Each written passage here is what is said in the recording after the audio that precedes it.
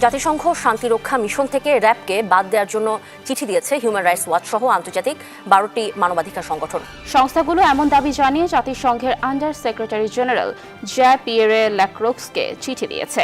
বাংলাদেশের জাতিসংঘের শান্তিরক্ষী বাহিনী কি চাপে পড়তে যাচ্ছে?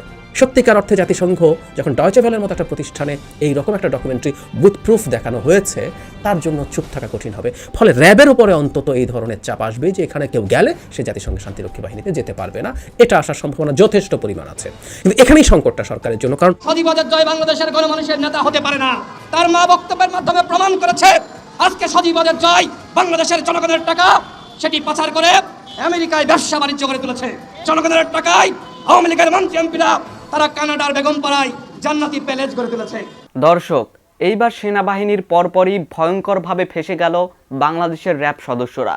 দর্শক, আমরা কিন্তু ইতিমধ্যে বা কিছুদিন আগেই জেনেছিলাম যে মালি থেকে 1500 সেনাবাহিনীকে ফেরত পাঠিয়েছে জাতিসংঘ শান্তি মিশন থেকে। দর্শক, এবার র্যাব কর্মকর্তাদেরও শান্তি মিশন থেকে বাদ দেওয়ার একটি ঘোষণা দেওয়া হয়েছে। দর্শক, আমরা কিন্তু এরই সাথে দেখেছি বাংলাদেশের সাবেক সেনাপ্রধান জেনারেল আজিজের উপর নিষেধাজ্ঞা দিয়েছে আমেরিকা। দর্শক, এরই পরপরই র্যাব কর্মকর্তাদের উপর কেন এই ধরনের সিদ্ধান্ত তারা নিলেন সেটি একটু পরে আপনারা জানতে চলেছেন।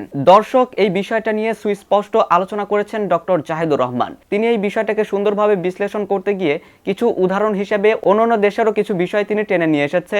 তাই বলবো দর্শক, ভিডিওটি মনোযোগ সহকারে দেখবেন, তাহলেই আপনারা অনেকগুলো বিষয় একসাথে জানতে পারবেন। এমনকি দর্শক, এরই সাথে সাথে গণ অধিকার পরিষদের নেতা জনাব রাশেদ খান বলেছেন, প্রধানমন্ত্রীর নিজের কথার মাধ্যমেই প্রমাণ হয়েছে বাংলাদেশ থেকে পাচার করা টাকা দিয়েই সজীব অজের জয় ব্যবসা গড়ে তুলেছে। দর্শক, এই বিষয়টা নিয়ে তিনি কিছু প্রমাণও দিয়েছে যে সজীব অজের জয় কিভাবে টাকা পাচার করেছে এবং প্রধানমন্ত্রী ঠিক কি বক্তব্য দিয়েছে। তো দর্শক, আমি আর বেশি কথা বাড়াবো না, আপনাদের সামনে এই ভিডিওগুলো একটু পরে তুলে ধরবো। দর্শক, তবে ভিডিওগুলো দেখানোর আগে বলি, যারা এখনো চ্যানেলটি সাবস্ক্রাইব করেননি সকলে চ্যানেলটি সাবস্ক্রাইব করে পাশে থাকা বেল আইকনটি বাজিয়ে দিবেন। আর যারা ইতিমধ্যেই সাবস্ক্রাইব করে রেখেছেন তাদের সকলকে অসংখ্য ধন্যবাদ। তো চলুন একটি লাইক দিয়ে আমরা ধারাবাহিকভাবে সবগুলো ভিডিও দেখে আসি। গতকাল রাতে বিশ্বখ্যাত সংবাদ সংস্থা জার্মানি ডয়চে ভেলে র্যাবকে নিয়ে আরেকটা ডকুমেন্টারি করেছে।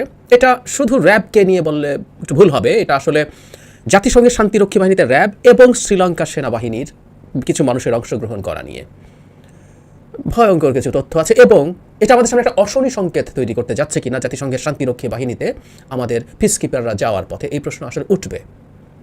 একই সাথে আমি আরেকটা প্রশ্ন করে রাখতে চাই, আমাদের সামনে ক্রমাগত বলে যাওয়া হয় যে জাতিসংঘের শান্তিরক্ষী বাহিনী পাঠানোর ক্ষেত্রে বাংলাদেশ সর্বোচ্চ অবস্থানে আছে, 1 নম্বর অবস্থান কি সেটা আছে? যদি না থেকে থাকে কোথায় আছে? তার মানে কি অলরেডি কোনো প্রসেস শুরু হয়েছে? প্রশ্নগুলো করে রাখছি, আমি শেষ অংশে জবাব দেব। প্রথম ডকুমেন্টারিটা নিয়ে কথা বলি। ডকুমেন্টারিটা হচ্ছে জাতিসংঘের পিস কিপিং যে মিশন আছে সেখানে মানবাধিকার লঙ্ঘনকারী পিসকিপাররা যাওয়া নিয়ে। ওর যে বলেছি বাংলাদেশ এবং শ্রীলঙ্কাটা আমরা জানি তামিলদের বিরুদ্ধে যখন তাদের গৃহযুদ্ধ চলছিল এবং ফাইনালি যে যুদ্ধটা চলেছে সেখানে ভয়ঙ্কর সব অভিযোগ আছে মানবাধিকার লঙ্ঘনের, সেই কারণে শ্রীলঙ্কার অংশটা এখানে আলোচনা করতে যাচ্ছি না, আমরা বাংলাদেশকে নিয়েই কথা বলবো। ডকুমেন্টারির শুরুতে একটা খুব গুরুত্বপূর্ণ কথা আছে, ইনফ্যাক্ট ডকুমেন্টারিটা আমি মন্তব্যে দিয়ে দিব, তারপরও এটা কন্টেন্টটা বলতে হবে সো দ্যাট আমরা গুরুত্বটা বুঝতে পারবো। এটা দিয়ে আমি অ্যানালাইজ করতে চাই, সো কন্টেন্ট সম্পর্কে আমি কয়েকটা কথা একটু বলে দিই। শুরুটা করেছে খুব ইন্টারেস্টিং একটা বিষয়তে, ব্যাপারটা সত্য যে পৃথিবীর সবচাইতে ভালনারেবল মানুষদের রক্ষা করার জন্য পিসকিপাররা যায়, এবং পিসকিপার সাধারণত সেই দেশগুলোতে যায় যেখানে স্টেট মেশিনারি ফেল করেছে, তারা আর ঠিকঠাক মতো করে মেনটেন করতে পারছে না, তখন জাতিসংঘ পিসকিপাররা যায়। ওই মানুষগুলোকে যখন যারা রক্ষা করতে যাচ্ছে তারা তাদের দেশে যদি মানবাধিকার লঙ্ঘন করে, আসলেই খুব উদ্ভট শোনায়, তাই না? উনি বাংলাদেশে থেকে বাংলাদেশের নিজের মানুষজনের উপর বা শ্রীলঙ্কায় থেকে নিজের মানুষজনের উপরে বিভৎস টর্চার করবেন, তারপর উনি যাবেন পিসকিপার হওয়ার জন্য। ভীষণ কনফ্লিক্টিং ব্যাপার। যাই হোক, তাদের একটা টিম বাংলাদেশে এসে তারা মিশনের একটা ট্রেনিং সেন্টার আছে, সেখানে তারা অনেক অনুমতি নিয়ে ঢোকেন, কথা বলেন। আমরা 2 জেনারেল, একজন মেজর জেনারেল, একজন ব্রিগেডিয়ার জেনারেলকে কথা বলতে শুনি, এবং তারা জানান যে কোনো সোলজারের সাথে কথা বলতে দেওয়া হয় না, এবং খুব স্বাভাবিকভাবে যেটা হয় সুন্দর সুন্দর কথা, ভালো ভালো কথা, আমরা কমিটেড ইত্যাদি করবো, ওটা করবো, সেটা করবো। এখানে একটা তথ্য আমরা পাই, সেটা হচ্ছে এখন পর্যন্ত মানে এটা লুক্রেটিভ, সোলজাররা প্রচুর টাকা পায়, যেসব ইকুইপমেন্ট ভেহিকলস চায় সেগুলোর ভাড়া পায়, সব মিলে এখন পর্যন্ত বাংলাদেশ এই মিশনগুলো থেকে $2.5 বিলিয়ন মতো ইনকাম করেছে। আচ্ছা, এবার তারা গত বছরই, আমাদের তো মনে থাকার কথা যে ডয়চে ভেলে একটা ডকুমেন্টারি করেছিল র্যাবকে নিয়ে এক্সক্লুসিভলি, যেটার একটা জায়গা তারা রেফার করছে, ভয়ঙ্কর কথা, সেটা হচ্ছে ওখানে র্যাবের বেশ কিছু এমপ্লয়িজ যারা কাজ করতেন তাদের টেস্টিমনি আছে, যেখানে তারা স্টেটের অতি উঁচু পর্যায়ের মানুষদের এন্ডোর্সমেন্টে এই মানবাধিকার লঙ্ঘনকারী ঘটনা, গুম, বিচার বহির্ভূত হত্যা, এগুলো ঘটে বলে বলেছিলেন।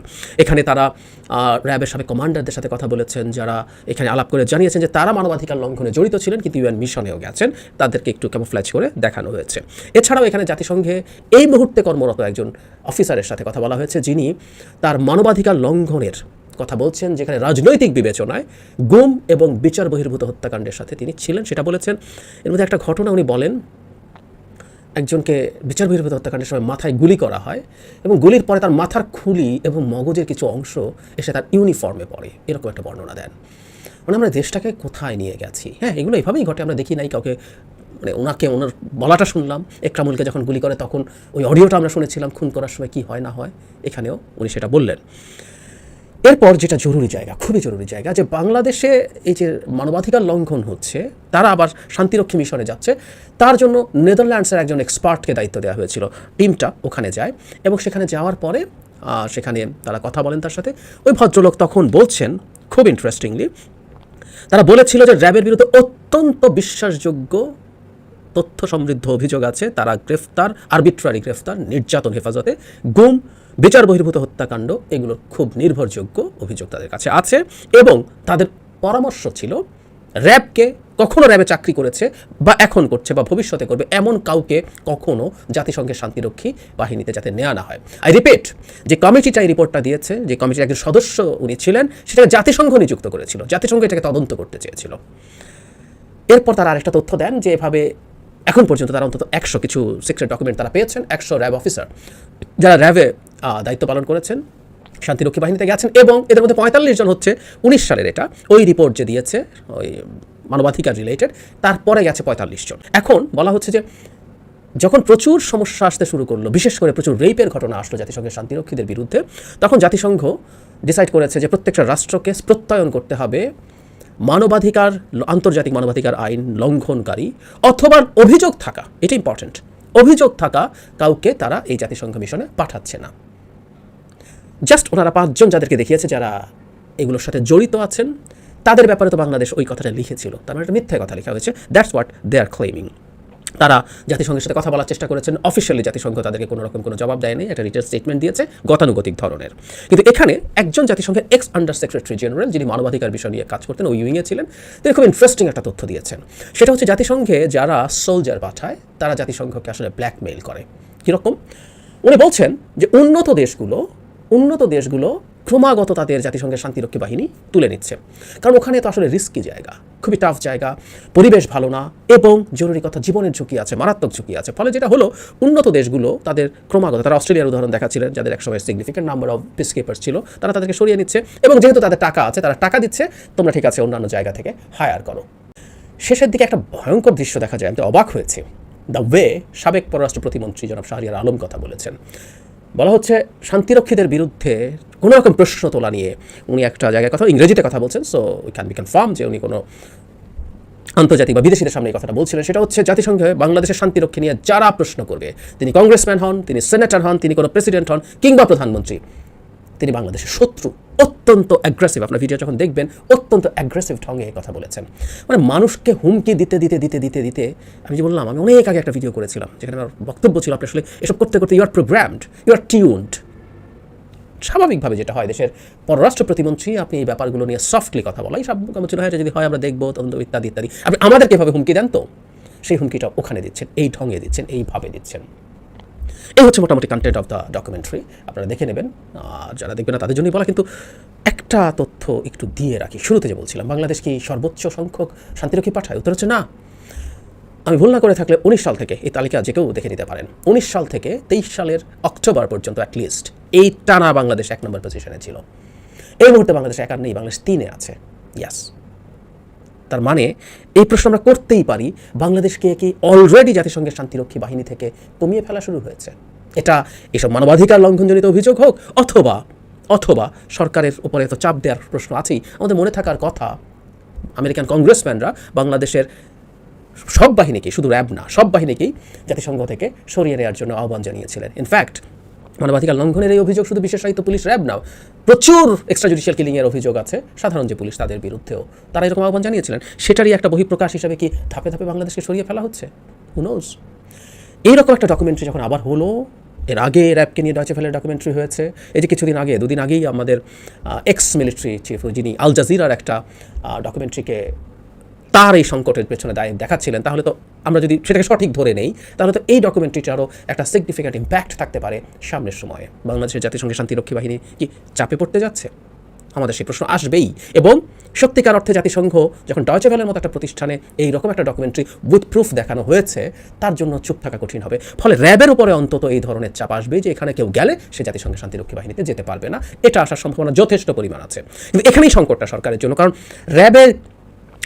র্যাব লুক্রেটিভ জায়গা, র্যাবে গেলে আমি আবার জাতিসংঘ মিশনে যেতে পারবো না। এবং সত্যিকার অর্থেই কাজটা যত খারাপই হোক না কেন, আমাদের মানে যারা ওখানে যান পুলিশ এবং মিলিটারির, বা মিলিটারি না বলে আমরা এভাবে বলি যে সামরিক বাহিনীর, তাদের যে টাকা তারা পান সেটা বাংলাদেশের বিবেচনায় যথেষ্ট টাকা, সেটা থেকে তারা বঞ্চিত হওয়া তাদের জন্য খুব টাফ হবে। তাহলে র্যাবে কি কেউ আর যেতে চাইবে?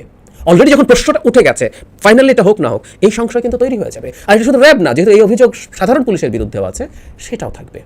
বটম লাইন হচ্ছে, আমরা শেষে এসে বলতে পারি, দুটো ঘটনা পরপর ঘটলো। জনাব Aziz Ahmed, ex military chief, তার উপরে আমেরিকান স্যাংশন আসলো, তারপর এখন এই আলাপ হচ্ছে।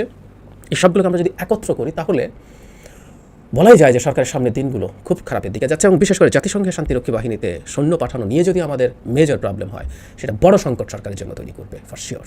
যদি অর্থ পাচার না করে থাকে, তাহলে এই টাকা সজীবাদের জয় কোথায় পেয়েছে সেটি প্রধানমন্ত্রীকে প্রমাণ করতে হবে।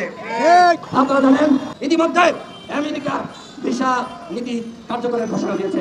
এই কার্যকরের ঘোষণা শুনে আজকে আওয়ামী লীগের নেতাকর্মীরা তাদের কাপড় চোপড় আর ঠিক নাই, আজকে তারা উল্টা পাল্টা করা আর উল্টা পাল্টা বলা শুরু করে দিয়েছে।